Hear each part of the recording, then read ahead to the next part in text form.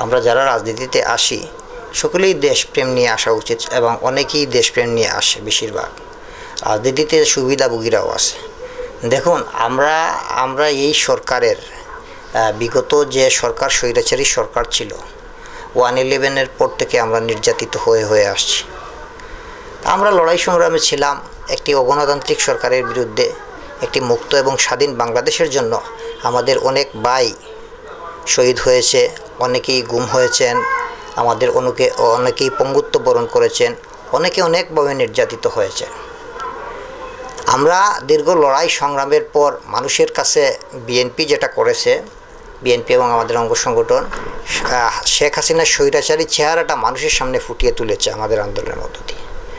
যাই হোক, পরবর্তীতে যখন কোটা সংস্কার আন্দোলন ছাত্ররা শুরু করলো, তখন ছাত্ররা যখন প্রথম দিকে আন্দোলন শুরু করে আমাদের সমর্থন ছিল, নৈতিকভাবে সমর্থন ছিল। তারপরে আমাদের দল থেকে পূর্ণাঙ্গ সমর্থন দেওয়া হয়েছে। তারপরে আমাদের দল থেকে নির্দেশনা যখন আসছে তাদেরকে সাথে থেকে আমরা সহযোগিতা করতে, তা আমরা সকলেই দলীয়ভাবে আমাদের নির্দেশনা পেয়ে আমরা সকলেই আন্দোলনে ছিলাম।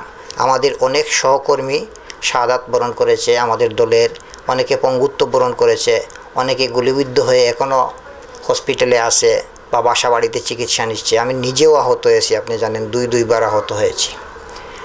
তো আমাদের কাছে যেটা মনে হচ্ছে, আমরা যে একটি সুন্দর এবং শান্তির বাংলাদেশ দেখতে চেয়েছিলাম, একটি বিশাল আত্মত্যাগের মধ্য দিয়ে এটা আমরা পেয়েছি, অর্জিত হয়েছে। বাংলাদেশের মানুষ এখন একটি মুক্ত আকাশের মধ্যে মুক্ত বাতাসে চলাফেরা করতেছে।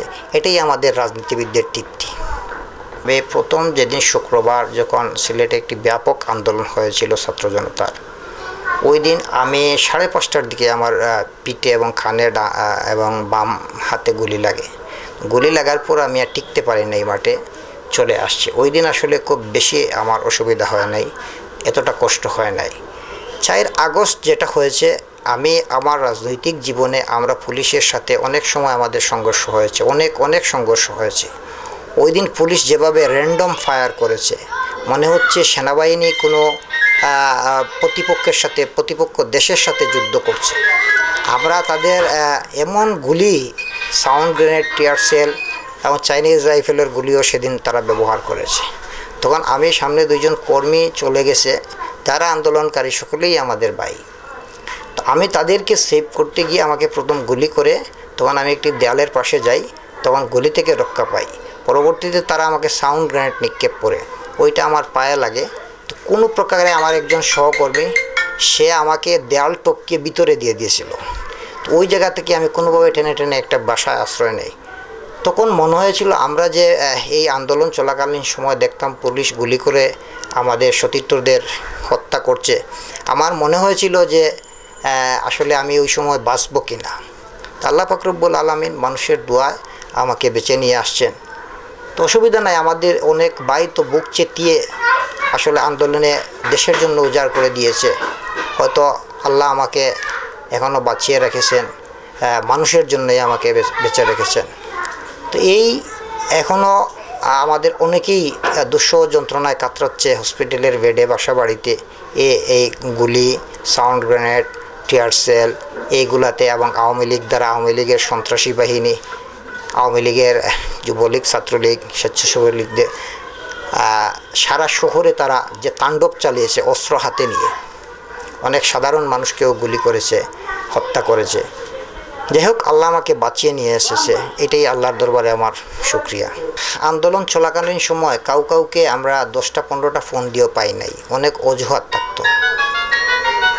কিন্তু আপনারা দেখছেন, যে কোনো দল যখন একটি সুবিধাজনক জায়গায় যায়, তখন কিছু সুবিধাবাগী এবং ফাঁকিবাজরা, রাজাকার, যাদেরকে আমি রাজাকার, ওরা এসেই অনুপ্রবেশ করে দলে।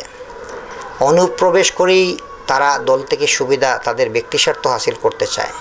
আপনি দেখবেন যারা এই আন্দোলনের সম্মুখ সারিতে ছিল বা পিছনে ছিল, মধ্যখানে ছিল, এরা কেউ কারো বাসা বাড়িতে আঘাত করে নাই, কোনো জায়গায় কোনো বিশৃঙ্খলা করে নাই।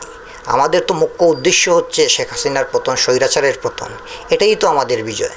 আপনি ভালোভাবে খোঁজ নিলে দেখতে পাবেন, যারা এই স্বৈরাচারী সরকার ক্ষমতায় থাকতে স্বৈরাচারী সরকারের সাথে ছিল, এরা আসলে কোনো দলের জন্যই নিরাপদ না। দেশের জন্যই নিরাপদ না। এরা তাদের পরিচয়টা পাল্টায় সময়ে সুযোগে। আমি ইতিমধ্যে খবর পেয়েছি যারা এই স্বৈরাচারী সরকার আওয়ামী লীগ সরকারের সাথে ছিল, রাত্রের মধ্যেই অনেক জায়গায় অনেক বাসা বাড়িতে এরা হামলা করেছে, অনেক জায়গা দখল করেছে, অনেক মানুষের বাসা বাড়িতে হামলা করেছে।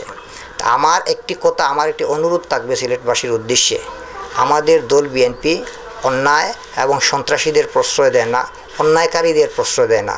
এবং আমি ব্যক্তিগতভাবে এটা বিশ্বাস করি, স্বৈরাচারী শেখ হাসিনার যে নির্লজ্জ পতন হয়েছে, আপনারা দেখেছেন গণভবন দখল করে ওর বেডরুমে ওর কাপড় চোপড় নিয়ে আসছে বাংলাদেশের ছাত্র জনতা। বিশ্বের ইতিহাসে আমার মনে হয় এইরকম কোনো স্বৈরশাসকের পতন হয়েছে বলে আমার জানা নেই। যদি ও গ্রেপ্তার হতো, শেখ হাসিনা ফাঁসির কাস্টে যেত, গ্রেপ্তার হয়ে জেল কাটতো, তাও সম্মানের ছিল। কিন্তু মানুষ যেভাবে গণভবন দখল করে, ওকে সময় দেয় নাই আর্মি, সে চুরের মতো পালিয়ে একটি দেশে আশ্রয় নিয়েছে, ওই দেশও আশ্রয় দেয় নাই। তা আমাদেরকে এ থেকে শিক্ষা নিতে হবে যে আমরা যেন এই পথে কেউ না হাঁটি, কারণ আল্লাহ তো জুলুমকারী এবং অন্যায়কারীকে পছন্দ করেন না। আমাদের ভাইয়েরা শহীদ হয়েছেন, হাজার হাজার ছাত্র যুবক জনতা শহীদ হয়েছেন। আমরা এমন কোনো কাজ যেন না করি তাদের আত্মা কষ্ট পায়। আমি জনগণের উদ্দেশ্যে আমি এবং ব্যবসায়ী সহ সকল স্তরের মানুষের কাছে একটি আহ্বান জানাতে চাই, যারা আমাদের দলের পরিচয় দিয়ে আপনাদের সাথে অন্যায় করতে আসবে, অপরাধ সংগঠিত করতে আসবে, আপনারা কোনো পরিচয় না দেখে আপনারা যেভাবে বিগত আন্দোলনে আওয়ামী লীগ, ছাত্রলীগ এবং যুবলীগকে আপনারা যেভাবে প্রতিহত করেছিলেন, ঠিক এইভাবে এইসব সন্ত্রাসী এবং অন্যায়কারী, দখলকারী, দাঙ্গাবাজদের আপনারা প্রতিহত করে আইনশৃঙ্খলা বাহিনীর হাতে তুলে দিবেন। ইতিমধ্যে আপনারা দেখেছেন আমাদের বিএনপির নেতৃবৃন্দ শহরে ঘুরে ঘুরে মাইকিং করে বিভিন্ন জায়গায় জনগণকে সাহস দিচ্ছেন, জনগণকে উদ্বুদ্ধ করছেন এবং আইনশৃঙ্খলা পরিস্থিতি রক্ষার জন্য আমাদের নেতৃবৃন্দরা দিন রাত পরিশ্রম করে যাচ্ছেন।